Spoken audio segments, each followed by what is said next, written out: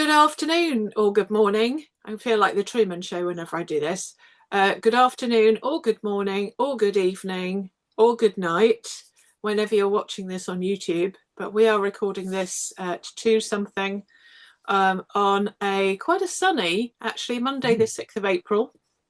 So the latest author spotlight, which I think is 71 now. Blimey. Wow. I'm saving myself. I was going to be do one for myself because occasionally I've been asked, "Oh, is there one of you?" So I'm saving myself the 100th, unless we have a really famous author. Like I did, I was. I think I interviewed 700, and I say interviewed. I sent across a Q&A, and then they filled it in, and I went through it all and added bits as if we were chatting on my blog. And every 100th was a famous. So Mark Billingham, Katie Ford, Anne Cleeves was one as well. Peter Hamilton was one. I don't know. I can't remember which number he was, but he was sci-fi. Yeah, I'd been asked to ask him, and I asked him, and he said yes, which was very kind of him. So here we are, 71, I think, author spotlight on YouTube. So I'm delighted to have, as you can tell from his background, from his wonderful background, when we had our chat, because when I meet an author first and we have a bit of a chat, I called my husband in because he's a big sci-fi fan, and so he was nerding, looking at your background. So I shall restrain myself this time, and we're here to talk about you and your book. So welcome, Phil, Thank you. and your journey to where you are now. So we always start at the beginning. Can you remember the first thing you wrote back in the day and how old you were? Um, the first, I'm not sure I can remember the first thing I wrote, but kind of telling stories was something I was definitely at a very early age. I have a very vivid memory of being in sort of reception class at primary school, and over the course of, I don't know how long it was, but the pictures I would paint on the little easels when kind of you had free painting time, I painted a series of pictures that were depicting stories I was making up about. They were called the Bubble family. I think they were basically circles with faces on, but they had adventures. And there was a mummy bubble and a daddy bubble, and I think a baby bubble, maybe a slightly older one. There was a fate, the one that sticks in my mind most, and it's slightly mortifying.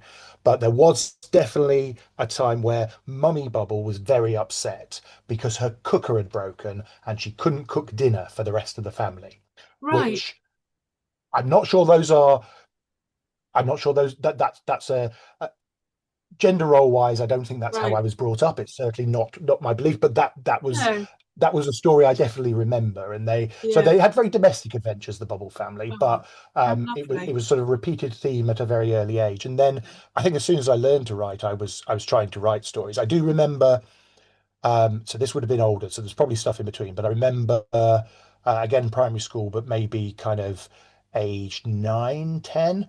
Um, I remember writing a story based on there's an American author whose name escapes me, but she wrote some stories about a boy called Treehorn who had fantastical adventures. And our teacher read these to us, and we all got very into this. And so we all wrote our own Treehorn stories. Oh, how And then lovely. he packaged some of them up and sent them off to the author Yeah. in America. And we got a letter back. And she highlighted several stories, including the one I had written as being these Wow. were very exciting for her to receive. So Oh, I how was lovely. that was kind of that was the first bit of feedback. Yeah. That might be kind of my origin story. That might be the bit at Oh, which I started to go, huh, yes. maybe I could be a writer. Oh, lovely. Yeah. It's funny you say about washing machine because I it reminded me of my mum's birthday was she's not with us anymore, was the middle of September, and my dad one year, I'm pretty sure it's a washing machine, bought her a washing machine for her birthday, and she really wasn't impressed. So so Christmas, only 3 months later, three and a half, three and a bit, she bought her a ruby. What do they call them? I should know because I'm wearing one as a wedding ring. This has got amethyst in it. Eternity ring. Oh yes, yeah, and she thought it was a waste of money. She said, "Oh, she did wear it, and she loved it, and she wore it till the day she died." But so you couldn't win yeah, really. yeah, But buy her a washing machine. yeah, It's yeah. anyway. Oh, how lovely. So did you carry on writing things from thereafter Yes. until So I life think took over? certainly through school and through secondary school, I wrote, but mostly as part of kind of what you would naturally write. As part, yeah, Mm, lots of opportunities for story writing and mm, creative writing. I did English language and literature at A level because I thought that would give me more chance for creative writing rather than a pure English literature course. right. And it was kind of at sixth form where I started to write in my spare time as well. I kind of did that reading wise. I did that thing where, as a small child, I read a lot, and then I hit um, my teenage years, and I think this is a common thing. Certainly happened with my sons. You kind of hit that early teenager, and boys particularly seem to just sort of the reading drops off, even if they've been voracious readers before that. Sure. And that definitely happened to me. And then it was kind of 15, 16. I discovered Terry Pratchett and rediscovered sort of Douglas Adams and Hitchhikers and that kind of stuff, Yeah. Yeah. and then became a voracious reader again. And that period coincided with me also starting to write for fun in my spare time. We had a computer sort of upstairs in a spare bedroom at home, and I Yeah. would spend a lot of my evenings. Um, well, I suppose I should have been writing assignments, but I was actually a lot of the time just writing the novel that I'd started working on, or short stories I was working on. Wrote a lot of poetry at that time as well, which probably shouldn't talk too much about because I'm pretty sure it was universally terrible. But the stories Me too. had they were quite direct. Yeah, don't think it's uncommon. You've got to get those feelings out somewhere. Yeah. Well, Um, I say I write poetry, but I don't publish it. So it stays yeah, on my fair. computer in folders and Yes, yeah, probably never to be seen again. yeah. I haven't written poetry for a long time, and I don't think I have anything from that period, and I'm probably quite pleased about that. But the stories I think were I mean they were quite derivative of the stuff I was reading, and kind of not really were based on very much real world experience because I didn't have a lot of that stage. They Mm. were mostly kind of comic fantasy stuff, largely based around a group of sixth formers and their adventures battling kind of um, forces from other dimensions, be it kind of personifications of gods or that Mm. kind of thing. As I say, which is very derivative of a lot of stuff I was reading at the time, but it was the first time I'd really flexed those sort of storytelling muscles and tried to tell something kind of in a longer form. Sure. I kind of had the dream of writing a novel, and Mm. that kind of carried on. And then I guess at university, where I suddenly found myself with even more spare time, um, I did actually I kind of wrote my first full length novel at that Mm. point, which again it was much more science fiction than fantasy. It was quite weird science fiction, but it was largely around the idea of the world we know being a simulation manipulated by machines. And kind of you only certain people had special insight that could allow them to see through this and then manipulate it to their own ends. I will say this was about 3 or 4 years before the Matrix came out, and that is basically Right. the It's premise of funny the that Matrix. should pop in. I'm one of these people, a bit like Inception. I have seen Inception more than once, Yeah, but I still have no clue what the Matrix was all about. yeah. And Well, it's like the what do they call it? The offside rule in football. right. Yeah, Tim can yeah, explain it to me in layman's terms, and I just go there thinking, saying, I understand each word you're saying, but not yeah, necessarily in that order. yeah. Fair, fair. What Um, does it? What does it? And I've just yeah. yes, no. Uh, but yes, so I wrote something that again. So yeah, like I said, I thought the concept was quite interesting. The Mm, actual text, the subject, again was quite derivative. I did send that off to a few places, and I don't remember who, but I did get a bit of feedback, which basically said that kind of go off, get some life experience, right. kind of this feels very it felt very studenty, I think, which is what Mm. it was. I was also getting short stories published in the student newspapers and that kind of stuff, Oh, and the great. things I was writing, they were going down quite well amongst Yes. kind of my peers, but they were Oh, very much not um, not publishable, shall we say? mm, But yeah, so I kind of that was very, I mean, that was all very encouraging. And I kind of went into starting kind of my post-university career with well, at some point I'm going to write that book and I will be a writer and that'll be me. So I don't, not lovely. that I don't need to worry about this career thing, but that, No, fallback. I think I'm destined for something different. And what happened then was I failed to finish anything for about 20 years. Um, Certainly anything significant.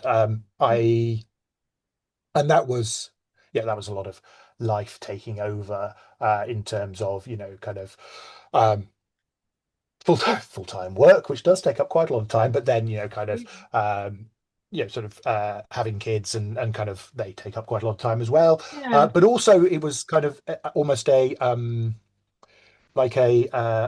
sort of self paralysis due to that kind of feeling like I had that really good idea Mm. once, which was a bit like the Matrix, but wasn't as good. So fair enough. But one day Right. I'll hit on another really good idea, Yeah. and it was kind of that trap of feeling like you have to have, the truly original idea. You have to have the perfect time to do the writing. All the Mm. stars need to align. You need to have that weekend where you have nothing else to do, and Yes. maybe the sun's out, and kind of you're fiery and creative juices are flowing, and it's the words are just spit. All of those things, which are, Never I have. mean, I'm sure some people are lucky enough to Mm. hit that, to have that, Yeah. but I don't think that's the experience for most of us. Yeah. And it was that kind of that falling into that trap for quite a long time Mm. just meant that nothing really got done. And kind of what I needed to do really was learn that lesson that, you need to work at your writing. You need to sit down, you need to do it. And even when it doesn't feel like you've got a good idea, because most of the time you won't feel like you've got a good idea. You'll Yeah. be halfway through writing a good idea and you'll decide that it's the worst idea anybody's ever had and you don't know why you're and having the it is confidence, but having the determination just to push through those things and to write anyway and to get it all out. And even if it's only, 3 paragraphs, that's more than nothing. And knowing that there is a process, and if you want to write novels, it's a long process. It's Yeah. it's a long road, and you have to Exactly. commit to it. Yeah. And you can't leave it to the fates to sort of land it in your lap, I guess. Well, Unless you are. I never planned on writing novels, and it wasn't until the one and only Northamptonshire Council's Readers' Day that I learned about NaNoWriMo, where you write Mhm. 50,000 words in a month. Yeah, And up yeah, to then, I'd been writing short stories and mhm, regularly and limericks as well, yeah, just for fun, for based on colleagues. And I thought, okay, I don't mind spending a month then to write a start, middle, and end. And I mhm, did that for I think 3 years in a row with another novel in between. And one year I did a short story collection, which is still on my computer and haven't done anything with. Um, but I thought that it would take a year to write a novel, which is the average for most mhm, people. Um, and then, but I heard along the way somewhere that 300 words a day is 109,000 words, mhm, 109,500 words a year in a mhm. non-leap year. Um, and when you think of it like that, if you Yeah, can, it's easier said than done to yeah, sit and write 300 words one day and then the next 300 words the next mhm, day and then the next 300 words the next day. But if I think too many people are daunted by the blank page, yeah, thinking I've got to write at least 80,000 words because then you're going to chop some out. yeah, And then seeing it as a whole entire yeah, journey. It's a bit like yeah, trying to drive from John O'Groats to Land's End yeah, in one day. yeah. If you say, okay, we'll stop at so and so, and then stop at, I don't know, on Yeah, the it's also knowing that, what you write down doesn't have to be in the final book. Certainly those words in those forms, they don't have to be in the final book. But you will not find the words that you do want to be in the final book unless you write those ones that come before that. The version that was yeah, clunky and didn't make sense, but at least kind of pushed you on to the next part of the plot, or got that emotion expressed in some way, clumsy as it might be. You know, Yes. the understanding, and you know, I guess I always understood it didn't have to come out perfect, that there would be editing involved. Mm, But there is something about that. You write something down, you look at it on the page, and you go, "That's terrible. I can't do this. I'm not good enough." mm, Um, and again, it's about having the confidence and determination to go. It doesn't matter. I put something down there that I can shine, I can shape, I can turn it into something that I exactly. am proud of. Doesn't Exactly. matter. I'm not proud of it now. Yeah. On to the next bit. On Yeah. to the next day. Let's get those next few words out. And it took me an awfully long time to learn that lesson. Yes. But then I think at the same time, you know, there was a point where sort of mentally I had too much going on, and it's taken a little bit later in my life till I've kind of managed to find the sort of version of me that is the writer as well. Mm, You know, that kind of advice early on about go and get some life experience, you know, put some weight behind the words you're writing. I sure. think, you know, for me, that certainly is um, was good advice. I maybe took a bit too long, but I certainly good advice. Mm, The other thing is that I was trying to write in all those periods, and I had lots of ideas, and I did start a lot of things. I have so many drafts of things that just stop at 15, 20,000 words. right. Um, and what that allowed me to do for the books I have subsequently written is there was an awful lot of world building happened in that period of time, an awful lot Mm, of trying to write the same characters from different angles over and over again, and right. failing. But in failing, learning something about them, or learning something about the place I was trying to set the books in, and that kind of Yeah. thing. So again, once I actually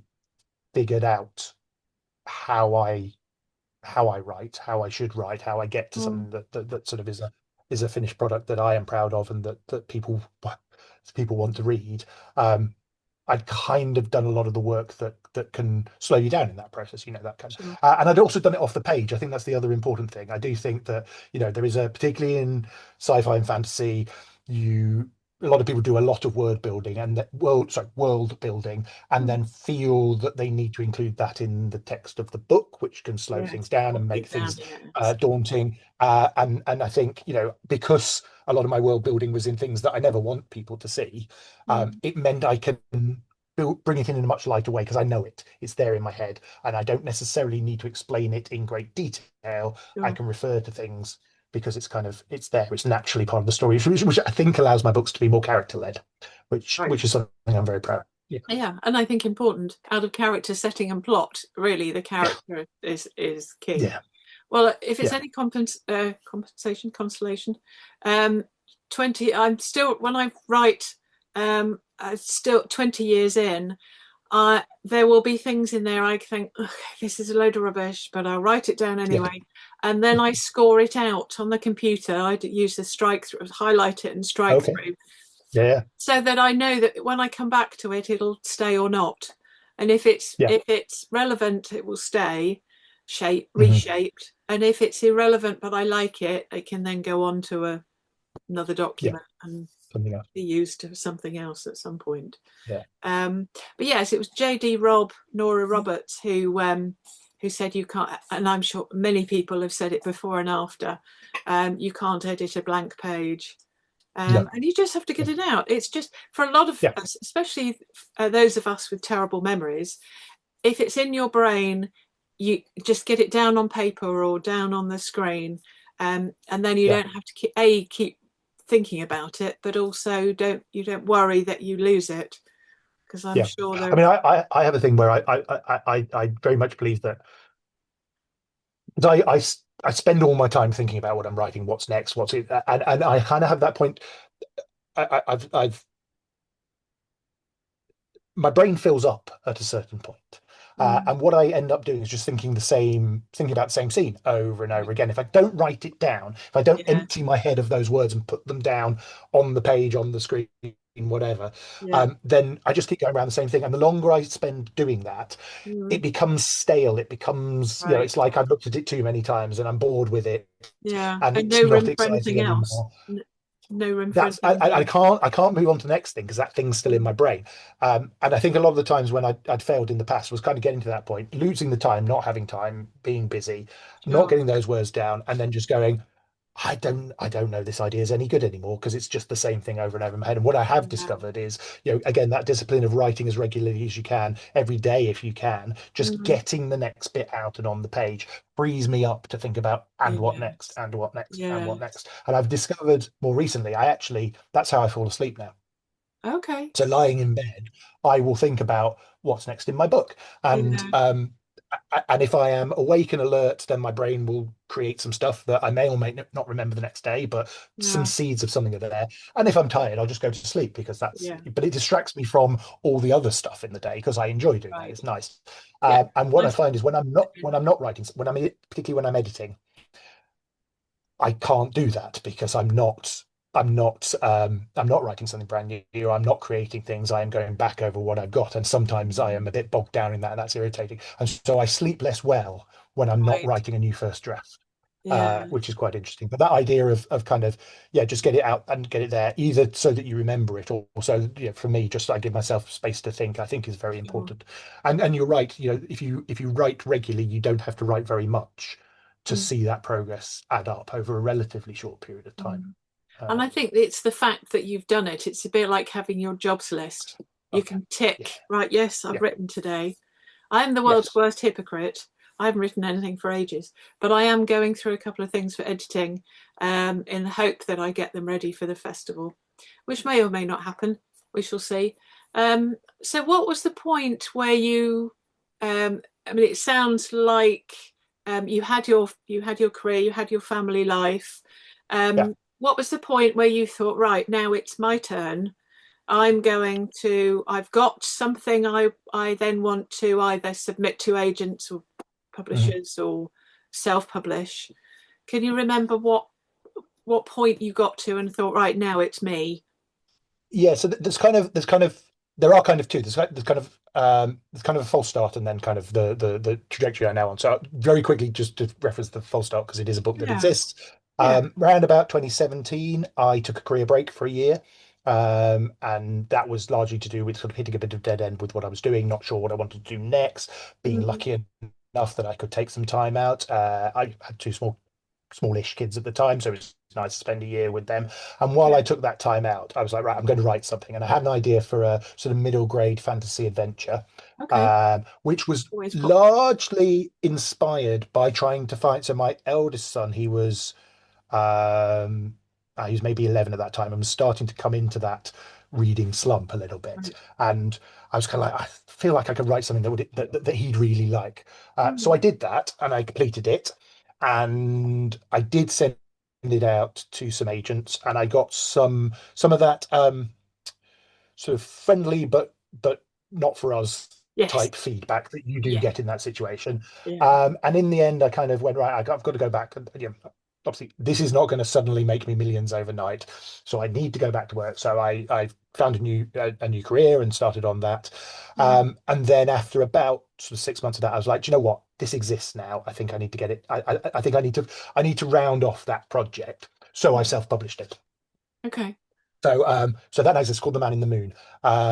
Very few copies sold. It is available on Amazon still. Right. Okay. We'll have But to add that Sam, to who the I wrote it thing. for, has read it twice. So it Oh, ticked that box. That was good. But yes, that was kind of exactly. a okay, I can write something, finish it, and then I can go through the editing process to get it to a point where I think this is publishable and get it out into the world. And that Yeah. kind of gave me a model for that.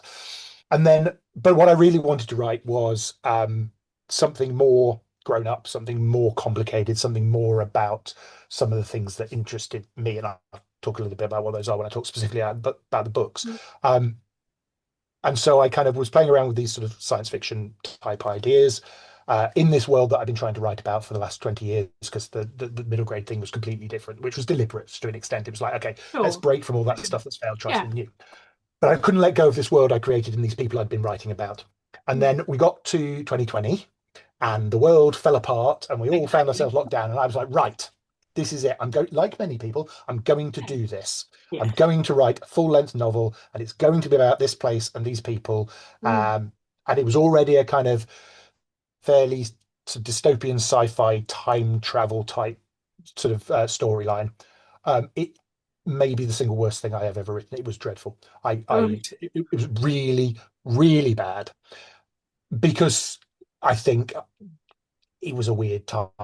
Just wasn't in the right headspace. I was trying to do Yeah. it because I was like, I can't let this opportunity go. I was kind of doing it for all the wrong reasons, and I was, Right. I would do nothing for 3 weeks, and then I would spend an entire Sunday just writing and writing and writing, and it was it it didn't work for whatever reason. And it was after that I was like, oh right, okay, well that was terrible.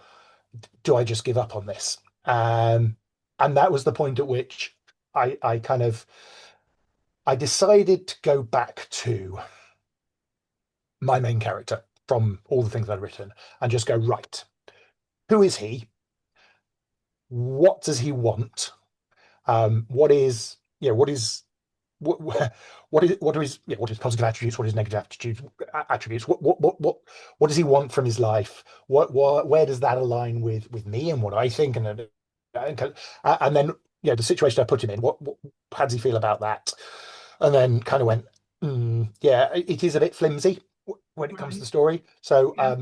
I need to make life a bit harder for him. I need to trap him a little bit more. I need to kind of hem him in a little bit more, give him more to push against. How does he react to that? Oh, that's surprising. And it was taking it back down to that character who I'd been kind of playing around with in from more of a. So I think most of my previous attempts had been approaching things from more of a plot driven point of view. What's my great idea? What's my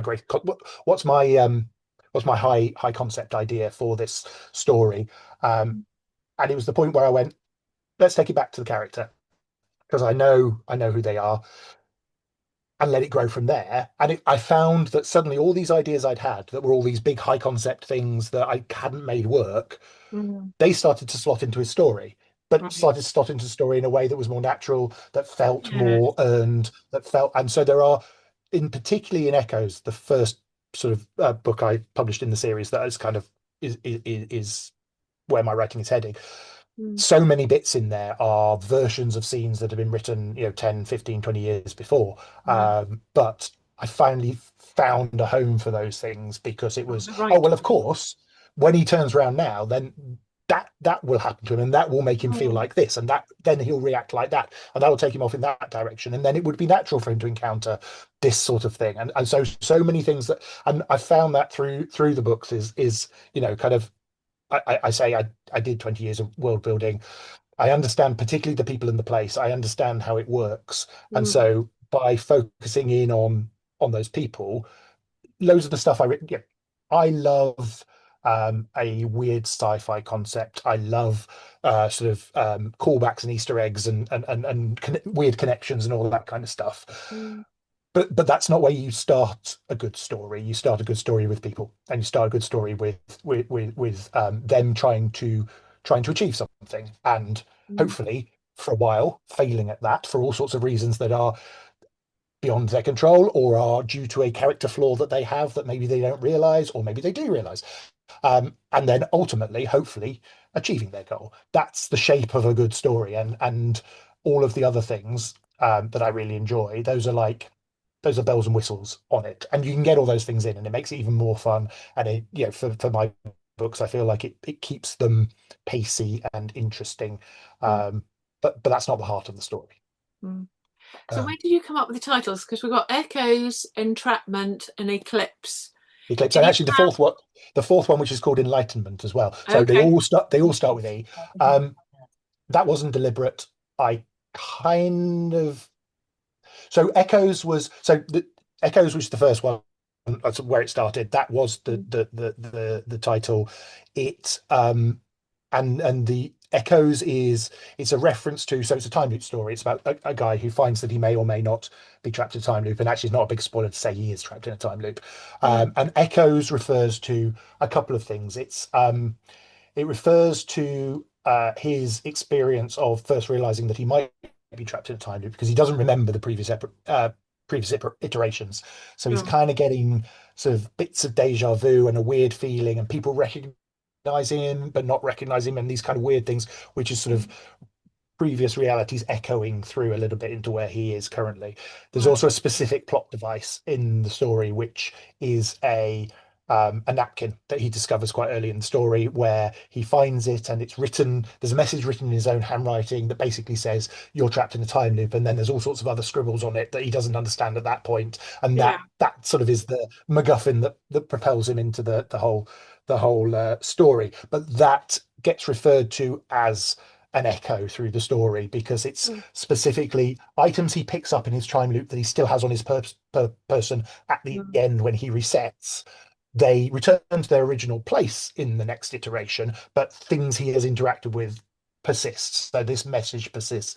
If Right. people There's a suggestion that maybe people he has interacted with that he's in close contact with at the end of the loop may have some memories that can help him, that kind of thing. And so it's kind of the device as well as just the thing. And a lot of the story is about memory and kind of how um, much as we may think we have really strong, good memories, some of us Not me. less so. But even if you think you have a really good memory, Yeah. which I have always thought I did, and it's Mm. only kind of later in life that I've learned that even the best memories they're fallible. They are influenced by your point of view, by the emotional situation you were in at any particular time you're remembering, and that people can see the same events from different perspectives and remember them in very different ways. Yeah. Um, and that leads to people telling themselves stories about the world that helps them make sense of it. Mm. And then other people will build different stories about the world that helps them make sense of that, but Mm. based on experience and viewpoint and all of those things.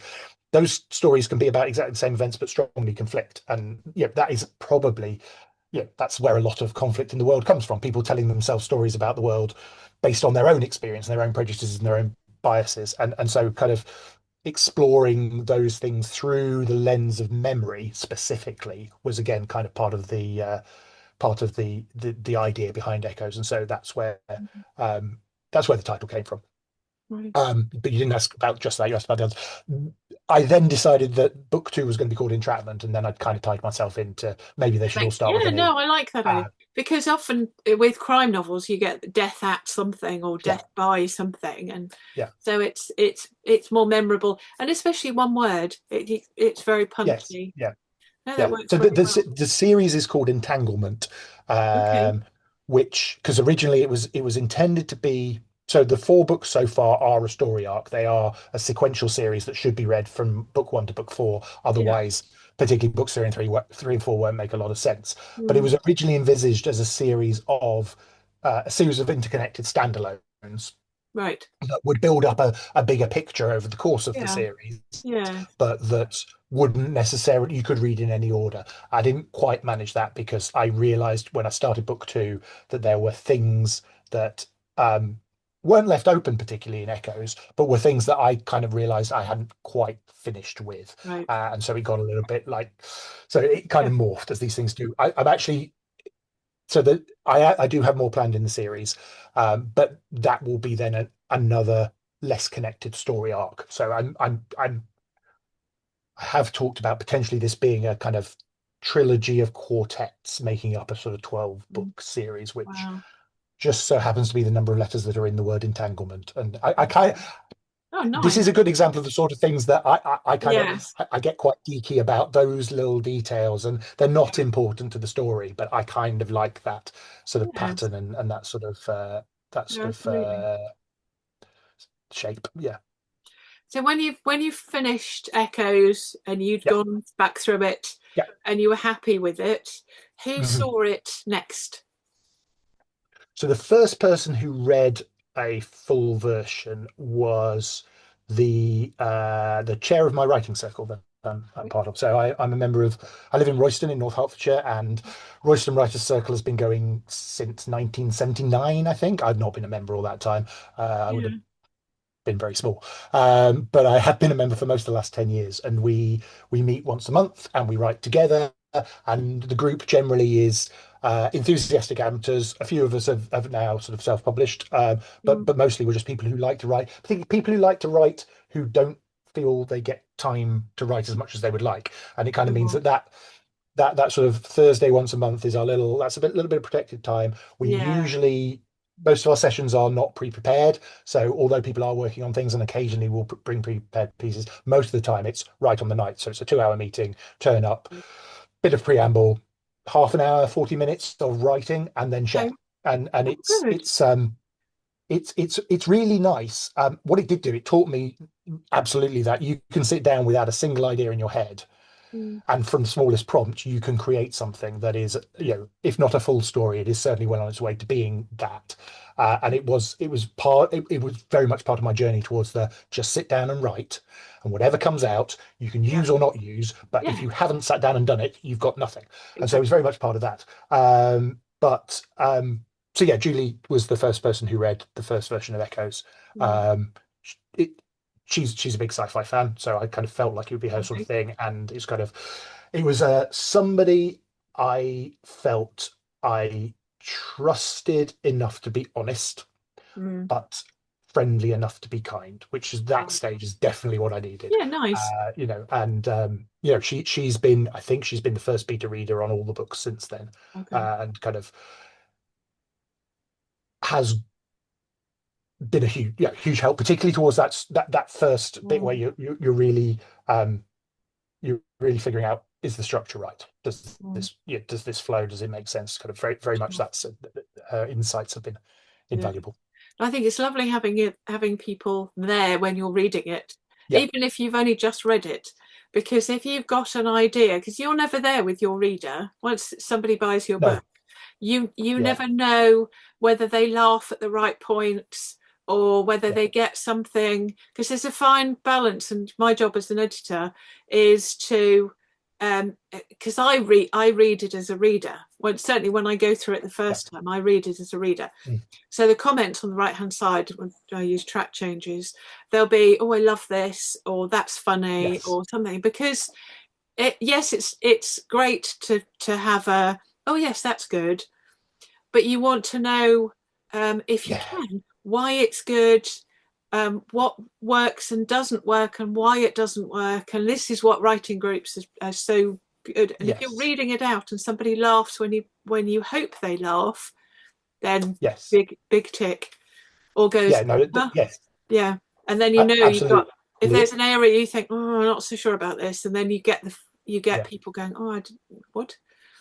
And yeah, then you know you've yeah, got a problem. absolutely. And Yeah. having a safe space to sort of read something you've literally just written as well is a really, I mean, it's quite a special thing really, because you Mm. don't, that sort of instantaneously, but a lot of the time we're reading our first drafts to each other, which is something you would never normally let anybody do, but kind of to get No. into a place where that's a space where you feel you can do that. So when Yeah. when I basically said, would you read through this entire book I've written, and that was on draft, two or three at that stage. It's still quite early, but I felt comfortable to be able to do that, because you've seen.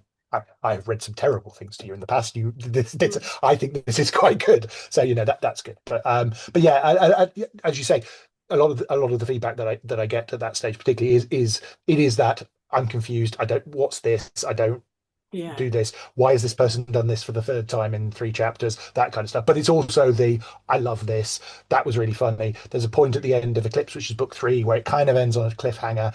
And the comment that she sent me back showed, because I was really worried about, had I done you know, to my mind, a good twist is something where, as a reader, I feel a twist was written really well. If I didn't get it, but the moment I read it, I like, oh, I should Yes. have got Go. that. Oh yes. I Yes. should have got that. Exactly. It now seems Exactly. obvious. Now you've told me, Yes. and I could think Exactly. about the things where I could see it coming, but I didn't Yeah. quite get there because you hit it just enough.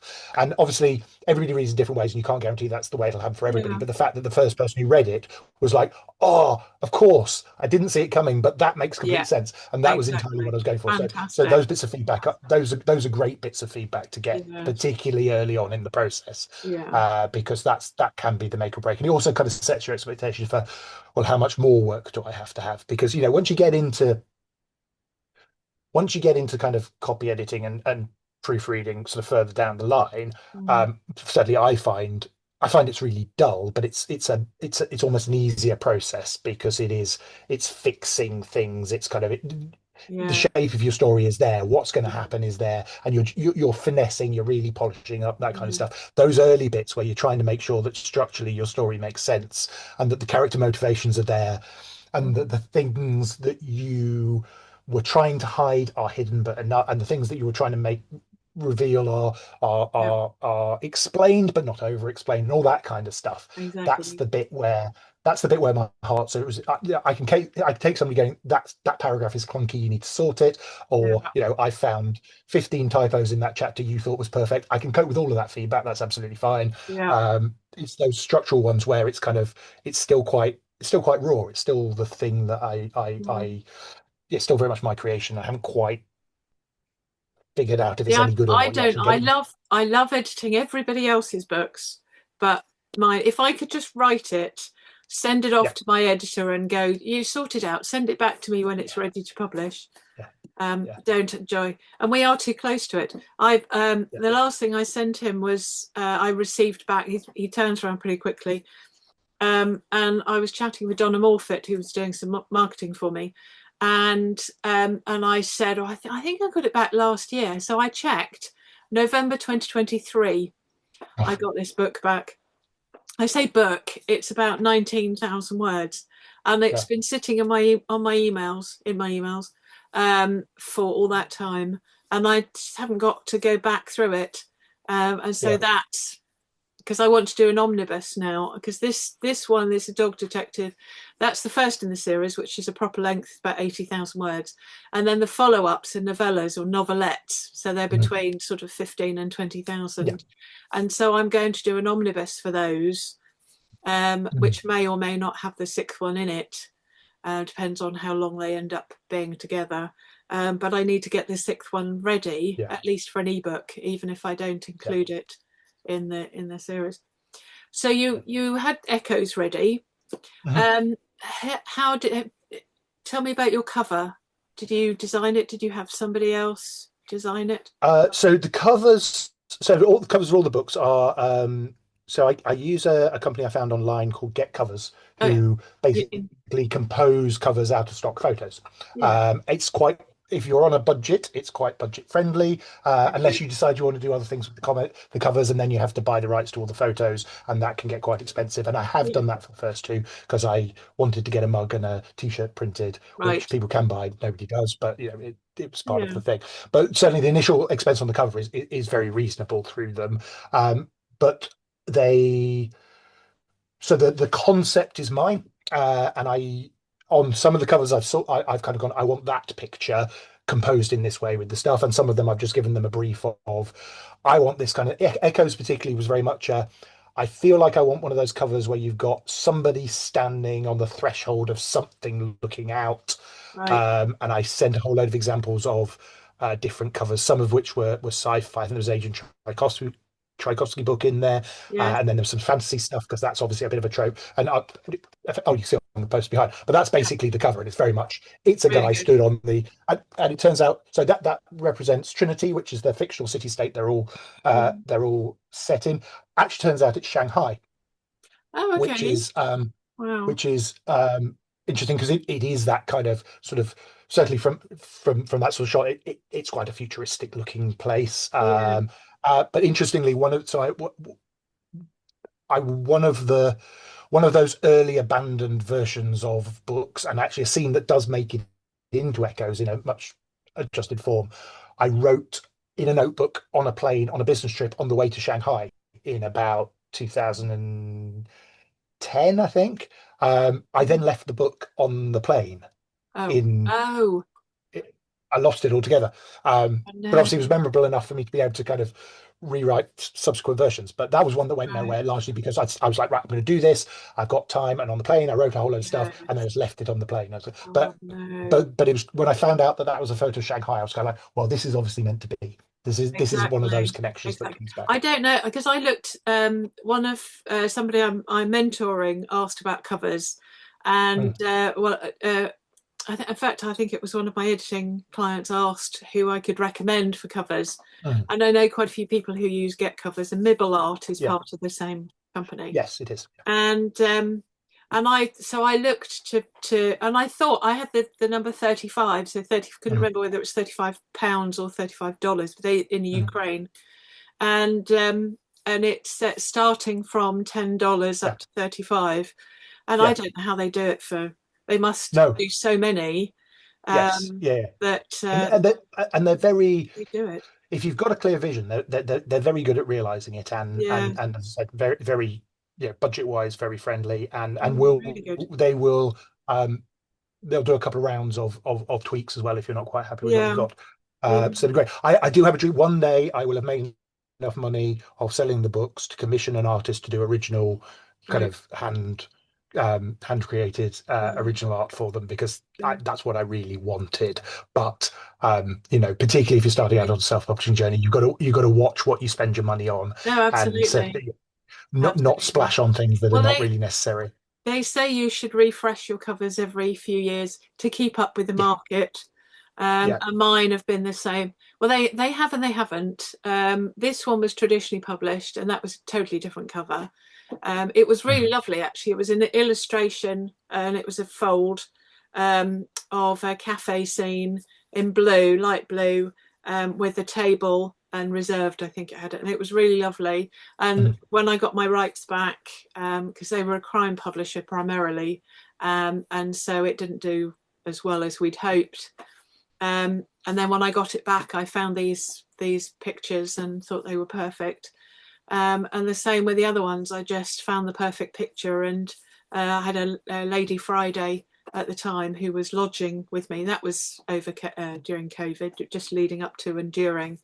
And so, as part of her rent, she did all the covers for me. oh, nice. Um, and so I still have them. They're on Canva, Yeah. so I can do them. And then just, but the trouble is, when you really like your covers, you don't want to change them, Mm. market or otherwise. Yeah. You Yeah. don't want to change them because the market will change again. Yes. Yeah. Um, No, definitely. I mean, I really like the covers I've got. I've had quite a few people at various book events and sort of where I've been selling them come along and sort of say, oh, really like those. That's what brought me across from over there to over here. yes, So they're certainly doing the job right now. Like I said, my dream, I'd really like original art. I think that would just kind of yes, be a, yes. Yeah, but one day. it's Yeah. we'll work our way up to But that. It's in fine. the meantime, yes. Well, the fact that In the it's got meantime, one, because this one here was originally the serial data shopping list. So you have a mm, really long title like that, and you have to have mm, it quite small. Whereas yours is striking because, and it's got the yes, echo to the actual font. yes, And I like to see your name at yes. the top. Denise and I were talking in beginnings in the Mm, Monday midday mini fest this morning. We were talking about covers, and because she's got sort of not really Richard Osman covers, but it was the frame with the mm, with the yes. Oh, yeah. icon in the middle, and Yeah. her name was at the top. And she said previously she's always put her name at the bottom with the title. Mm, Um, and I said, well, hopefully at some point people would just end up buying your book because it's your book. yeah. So you should have it at the top. And so now she's got it probably about the same scale as yours. She has her name, Mhm, Denise Beddoes, so her yeah. name is longer, but she has it in relatively small. I'm working my way up to having a bigger, my Well, name a yeah. I bit mean, I think bigger at the top. yeah. I think as writers, it is a good idea to think about creating a brand around our writing, and kind of so far, as I said, there's the middle grade book, which does exist, but subsequently it's been a series of so far four kind of time travel science fiction interrelated novels. I am going to write other stuff, and I would like that to feel like it fits within a brand that Sure. is the sort of stuff I write, and it won't be completely cross genre. There is a sort of soft sci-fi science fantasy kind of space I think I exist in naturally. Yeah. But the next book I'm writing won't be related to these, and I kind of feel like I hope that there will be people out there who, I know there are people who've read all four. So I hope some of those people will want to read the next one because I've written it. Exactly. And so, yeah, kind of creating a brand And around it especially and if it, making sure that you're proud of your name on the book is, I think, it's an important part of that. yes, and especially if it's not too huge a leap from Yes. Yeah. one Yeah. to another. See, I've Oh, got the absolutely. dilemma at the moment because these are Rachel Kavanagh, so I have a pen name for her, and Right. I'm really fond of her. So I'm having a conversation with myself as to whether I should. But they appear on the Morgan Bailey, so I'm a co-contributor of one or the other, Yeah. and so they appear on the same on the page on Amazon. But Mhm. I'm hanging on to her for now. But and also these you can tell what they are by the cover, That's got a dog in it, Mm, so it's a dog detective with a magnifying glass, so it's dog mm, detective. Um, and yeah, then you kind of think if it's a pink cover, it's probably not dark crime. Whereas yeah, if it's a yeah, silhouette in a foggy yeah, forest, then it's probably not chick lit. But there we go. yes, So yeah. you No, do, I think it's. I mean, there are a lot. Sorry, I was going to say there are lots of ways you can sorry. build that brand, and I think I know writers who have like three different pen names for the three different genres they write in, and each one Yeah, has its own brand around it. That feels like a lot of work to me, but kind of I think it's kind of if that's also completely sort of legitimate. I feel like I want to have my real name on my books because I yeah. feel like I worked so hard at them. No, I want people to know it absolutely, was me. Although absolutely. occasionally you get an iffy review and you're like, oh, okay, maybe I Yeah, don't want everybody to know it was me necessarily. yeah. But Well, I most forget. most of the time it's kind of Yeah, I forget to publicise anything on Rachel Kavanagh.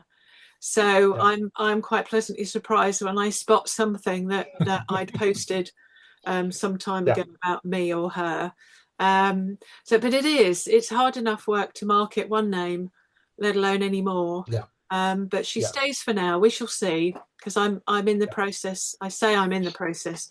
The document is underway for writing the third one in the series, and they're all a year later. yeah. Well, so far, just a year later.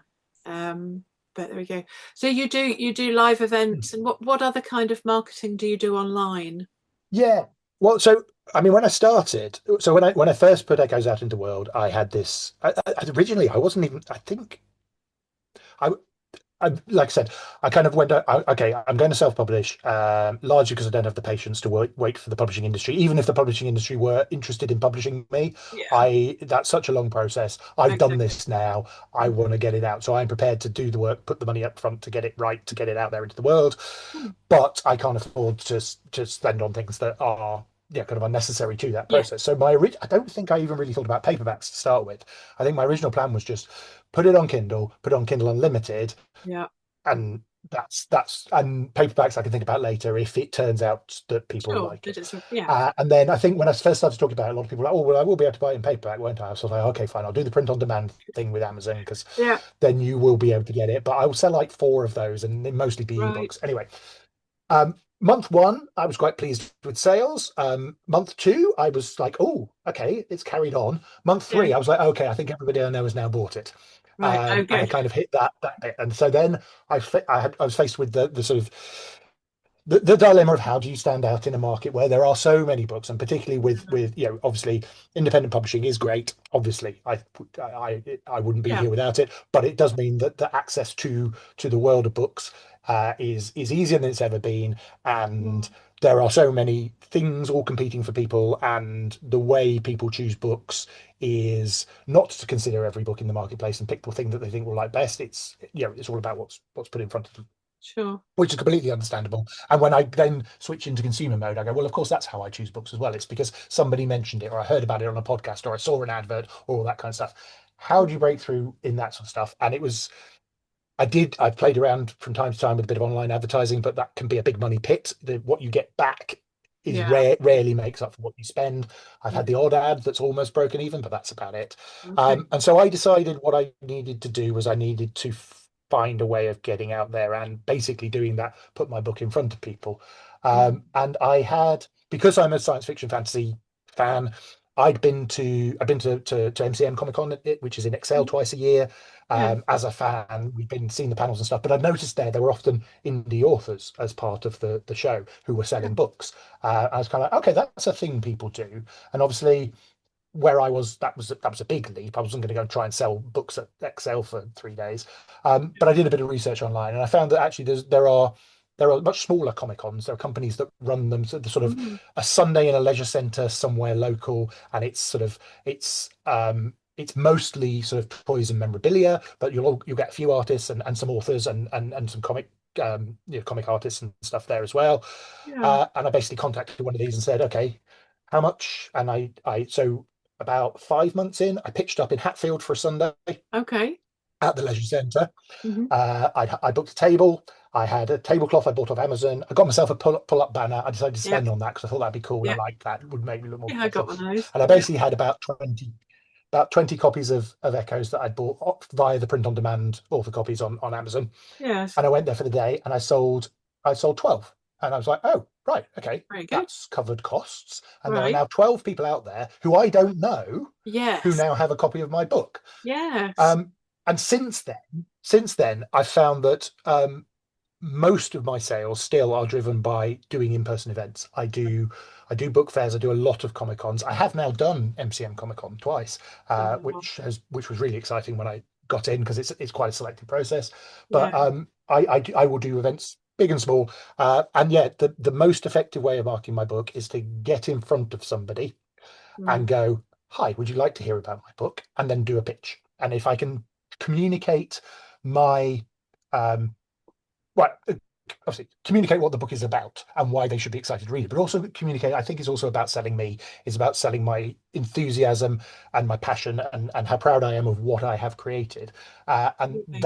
that interaction, that engagement, will often result in people walking away with a copy of your book. Mm. Will often result in people walking away with a copy of all four books. That has happened more times than I feel entitled to expect, and Oh, is an incredible feeling when you do that because you're like, okay, that's amazing. yeah. So yeah, over the course of the last, what is it now, 2.5 years, most of my sales are in paperback, and most of those have been done in person. Right. But I quite enjoy it now. Oh, it's fun. It's the I sort of love it. events.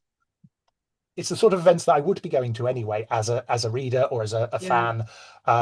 So I kind of like being in those spaces, Yeah. but also just that ability um, to tell the world about what I've done. I'm very proud of the books I've written. I'm very excited when somebody wants to read one. I'm even more excited when they do read one and then they go, "That's really good." And I'm Yeah. most excited where, and this has happened a few times, it's happened with increasing regularity, where I will be at an event and somebody will come up to the table and they'll go, "Ah, I saw you in X. I Right. bought Echoes. I really Yeah. enjoyed it. Can I buy the Have rest?" the other And three. that's the best feeling because Wonderful. that feels like Yeah. not only did you convince someone to read your book, but they then read your book, and that Yeah. convinced them that they wanted to read more, and that's a really wonderful feeling. See, And kind of I feel like there's a wheel starting to turn now as well. So obviously, a lot of those people who've read those books through that route signed up to the mailing list, and then when I've got new books coming up, the online sales are picking up, I think, as a result of the sort of the relatively small fan base I've mm, built through in person. mm, And it, kind of, again, the more that happens, the more I can do more stuff online. And, kind of a lot of mm, it is about, by selling books, I then create cash that I can then spend on sure. things that mean more people hear about the books. And it kind of grows from there. But I Yeah. think that kind of, I very deliberately started small, and I do feel like there's a ball rolling, which is lovely. But Great.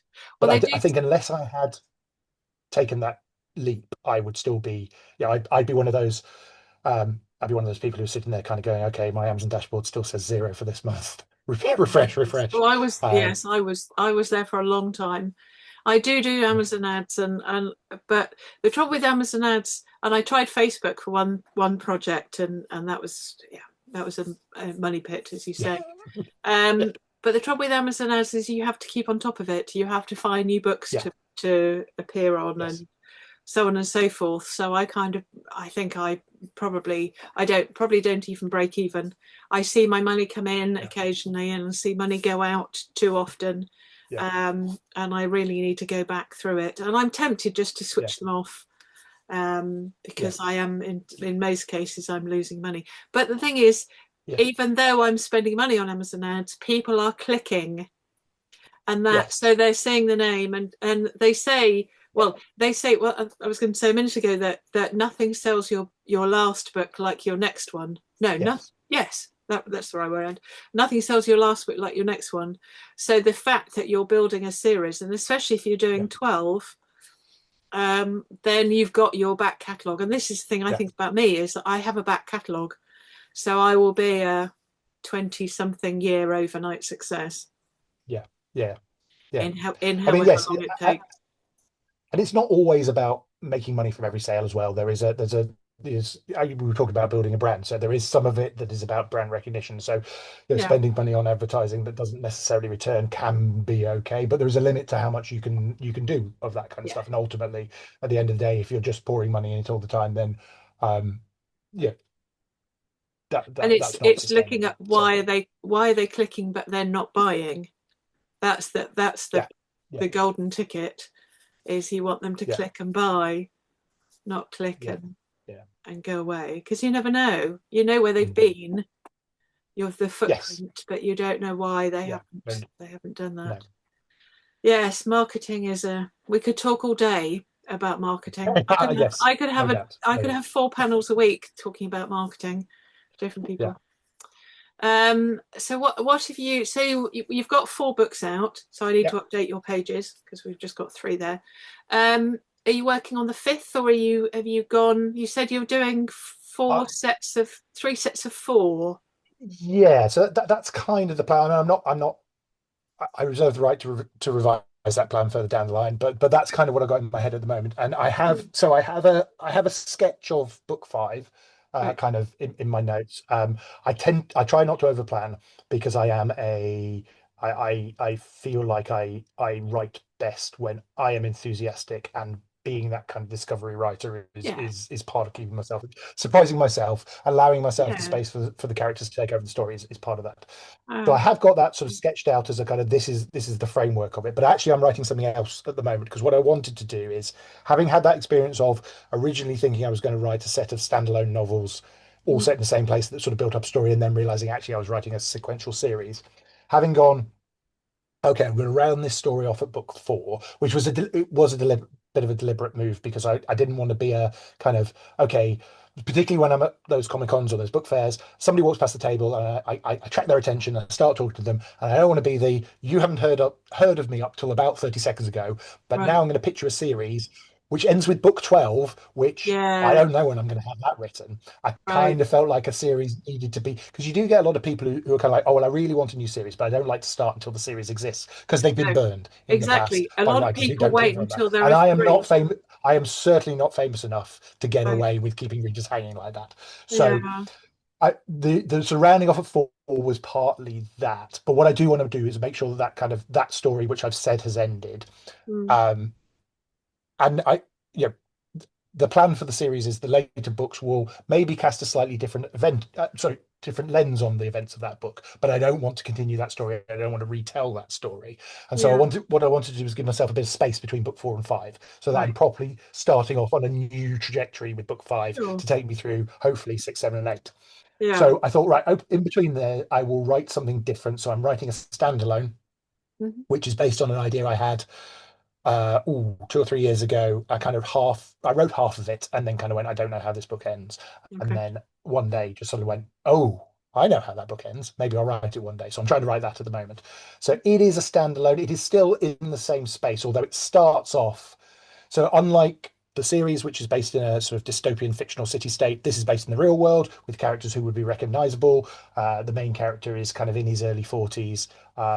He is, and he's living his normal family life, and then he bumps into somebody who he's not basically not seen since he was in his early 20s. They were childhood friends, grew up together, kept in touch till just after university, and then lost touch. Right. And it's about the rekindling of that friendship and them rediscovering, kind of in later life, who they are as friends. A lot of references back to their previous life and things. And then, but throughout that bit, there are hints and suggestions that things are not right, and things are not right in quite a weird way. Okay. Memories that don't make sense, things that shouldn't be known about that are known about, and maybe some technological hints that this guy who's suddenly reappeared in his life it might not be as straightforward as it appears. And so then about half of the way through, there is a big twist where sort of it turns it on its head and it suddenly gets much more explicitly science fictiony, Oh, which I won't say too much about because it's okay. I need to be careful. It can't be a complete surprise because otherwise I will mismarket this book and everybody who buys it will be really annoyed halfway through that it's not a Yeah. psychological thriller. Right. But I do want a lot of I do want it to feel like a twist. So I do want to feel people to kind of go, oh, right, that's what it is. That's why. But I think I have to allude to the fact that it's sci-fi related. Otherwise, the people who will enjoy it won't buy it, and the people who do buy it won't enjoy it. So Okay. that's a bit of a. Uh, Yes. I may have stitched myself up a little bit, but I know book five's coming after that. So if this one doesn't quite find its audience straight away, I know I've got more coming where I know there are people waiting for the next book. So Yes. that is Exactly. that's kind of Yes. And isn't that it one is annoying when they read it in a few days and it takes you how long does it take you roughly? Because it sounds like you've written quite a lot in 2.5 years. yeah. Well, yeah. So I mean, Echoes was a solid year. Entrapment, which was book two, was kind of 9 months. I think Okay. Eclipse and Enlightenment were sort of 9, 10 months each. Yeah. So I And basically had the first baby. two written before Echoes came out, and then the next two came out over the next sort of the following year. I've been working on this one I'm writing now for when did Alignment come out? Oh, it's probably only been 4 months. I should be less frustrated with how far I've got with it. Right. But it's kind of that thing where I just feel like I kind of you always want to be further on than you are, I Yeah. think. Yeah. So I think I think kind of 9, 10 months is Right. normal for So me for a book. literally babies. They are Um, your latest yeah, babies. Yeah. yeah. Well, I But you know, I think that is a. I mean, to be honest, it's always going to be they take as long as they take to get the yes. Oh, books right. exactly. Yeah, That's absolutely. got to be the measure. Yes. So yeah, I do kind of approach that. You know, when I'm in the flow and I'm writing every day, the target is always 200 words. It's usually 5 or 6 Yeah. because what you find once you get going, particularly if you are in the flow, then things sort of spill out. But so that gets through the first draft probably Yeah. in like 3 or 4 months, and then the rest of it is Slogging through, yes. iterations of and you know Yeah. how long it takes will largely be dictated by how messy that first draft is. I Right. think I'm quite good at landing on a reasonable story structure kind of naturally. I feel Mm. like when I take a step back, I go, okay, even if I thought that was chaotic, I can see where the middle is, and I can see Mm. how we're building up to that, and I can see the rise and fall in tension Sure. and that kind of stuff. It seems to work quite well. Yeah. Um, and I certainly the series, most of them set over quite a compressed time frame, so the chronology isn't too complicated. So I haven't done that thing where sort of suddenly it was spring and now it's winter and then we're back Yes. to spring in the course of 3 days. It's not quite um, Yeah. but Well, I write standalone. So those two and that one for the road, after Jessica, Hitman Sam, they're all standalones. And they weren't the Hitman Sam was the first thing I wrote. Then After Jessica was second, and then the Serial Data, which I did have a feeling was going to be a series because it was going to be a serial, and it is Serial Dieter, and then I'm going to do others in the series. Um, and I never thought I'd write novels, but also I thought because I have a short story background, start, middle, and end in one Mm, go. I never thought I'd write more than one book in a series. And yeah, yet I find I loved it, especially the Henry, the dog detective, because I love him and Gwen. And so it's like readers, they on the whole prefer series because you've got mm, this cast of characters, and in a way that's easier to do to write a series because you have the framework, you have the characters, yeah. and it's just okay, what are they doing now?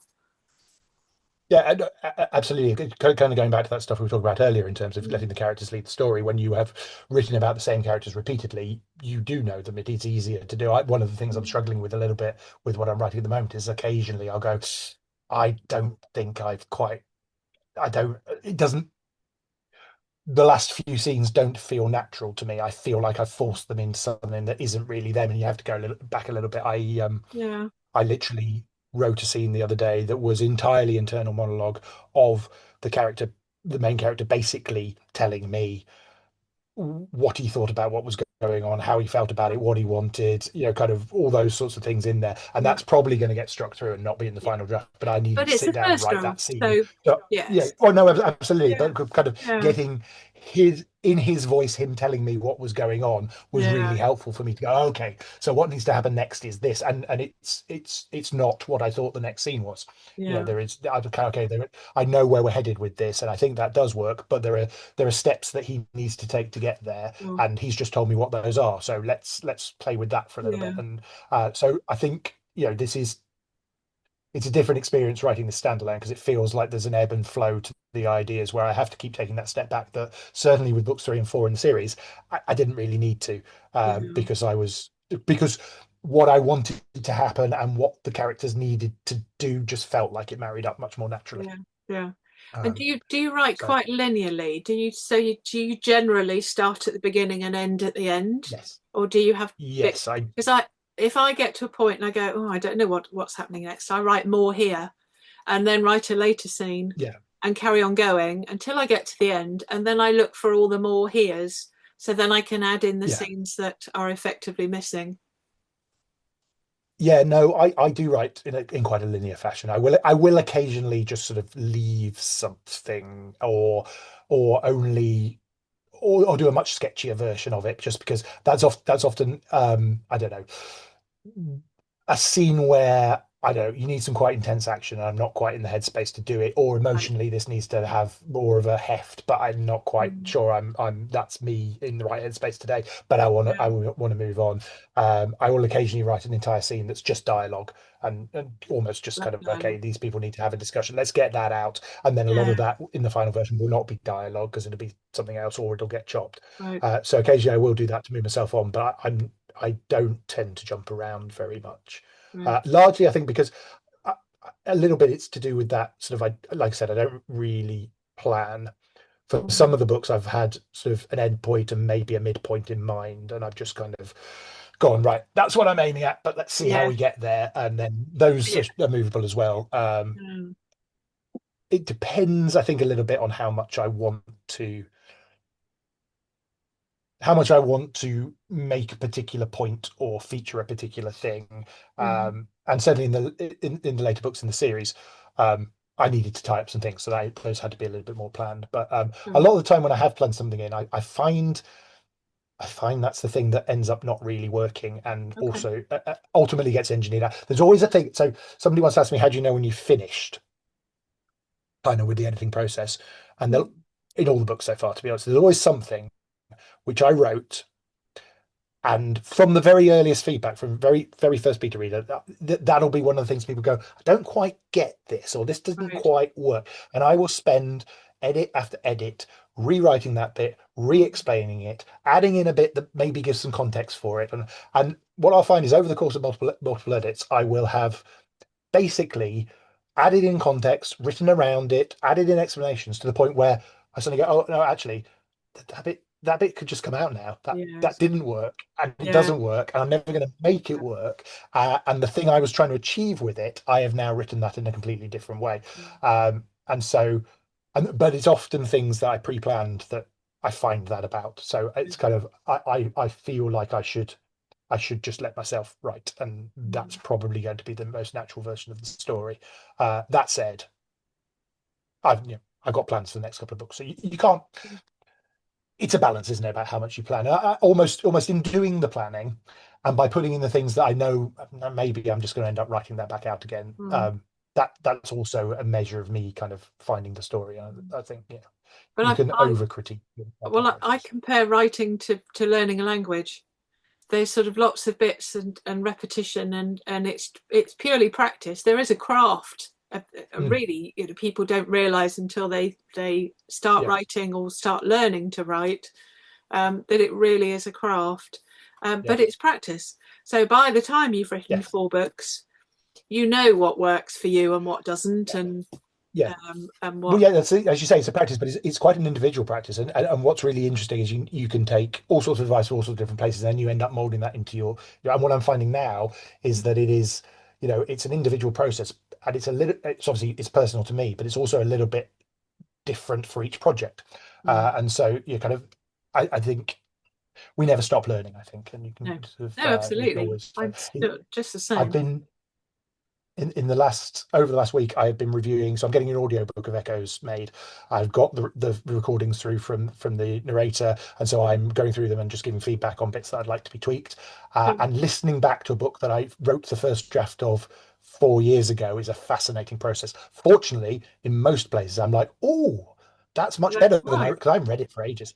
That's much better Yeah, than I remember. And I'm yeah, quite pleased with quite a lot of bits. I thought I'd hate it, but right. there are bits where you kind of come to and you go, do you know what? I wouldn't write that like that now. Yes. And so you seeing the development of kind of how I write and how I would do things. Mm, And there's nothing wrong with those passages. There's nothing wrong with yeah, them. They are yeah. perfectly good passages, and they work in the context of the book. To redo them, Sure. have to write the whole thing. But there's just No, occasionally a bit, and I'm like, obviously not oh, I audiobook. wouldn't have shown that way anymore. I would have done that differently now, Yes. and Yeah, that's quite interesting as well. Seeing that evolution of your process yeah, over a number of books. But yeah. that's part of it. And it's a journey. It's a journey for us writers, and Yeah, hopefully our absolutely. readers go on a similar journey.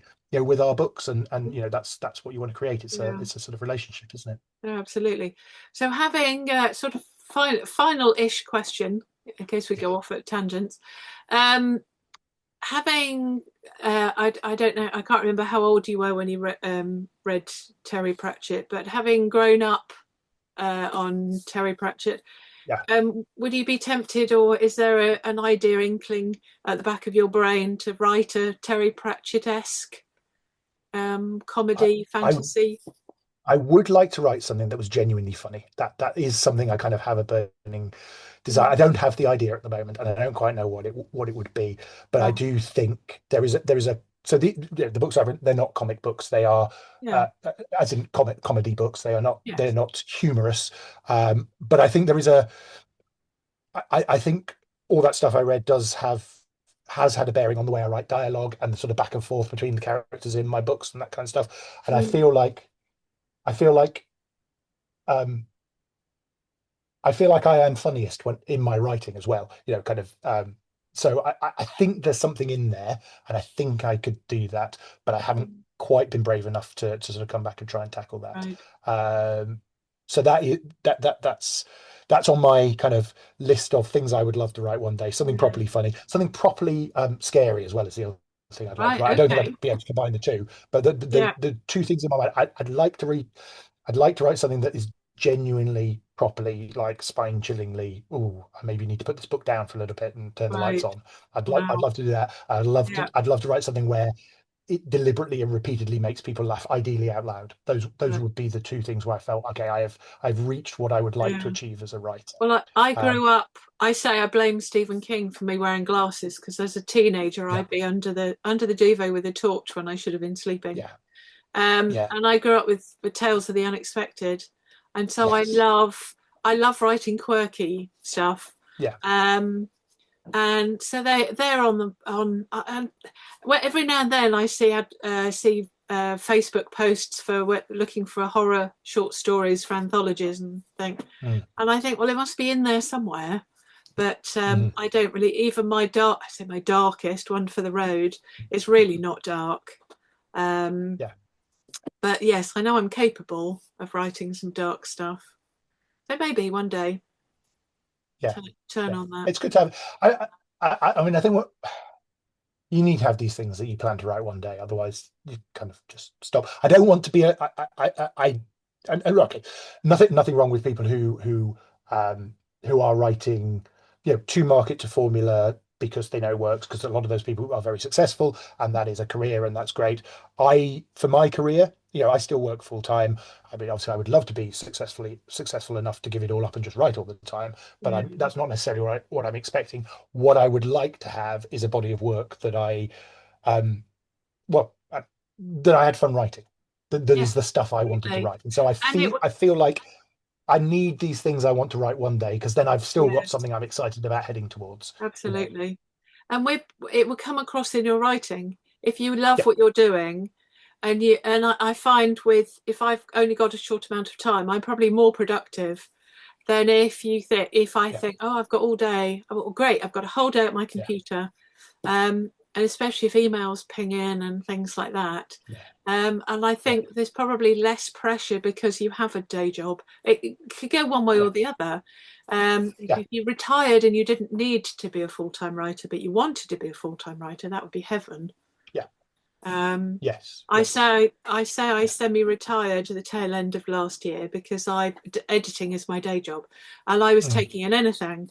But then I put an email out to everybody who I'd worked with before, most of whom actually were crime writers and women's fiction. And I say I'm only now taking crime fiction contemporary. So we say contemporary. 1975 is now historical officially, but 1960s onwards, crime, Yeah. women's fiction, and non-fiction about writing. So those are now all I'm editing, and it's still a full-time job. But then a week after I decided to do this, I set up Self Pub Fest, which has become a full-time job in itself. Yeah, I can imagine. But there we go. So, we always say when umpteen people say they've retired and they never knew how they fitted in a day job. Yeah. But wouldn't it be lovely to be able to write full time? One day, yes, we'll have an author spotlight part 2 with your next dozen books, or with the whole series. Yeah. Anyway, thank you so much. It's been lovely chatting with you. No, thank you. It's been fun. You're very welcome, and hopefully see you on Self Pub Fest again, because you have taken part. Yeah. The TNT panels or Monday Mini Fest. Maybe if you do a short horror, have you, and the short story and poetry Saturday evenings. It was going to be short story Saturdays, but poems are short, so we have poetry as well. Some of them. Absolutely. Anyway, thank you, Phil. I'll see you soon. Thanks very much. Bye. Take care.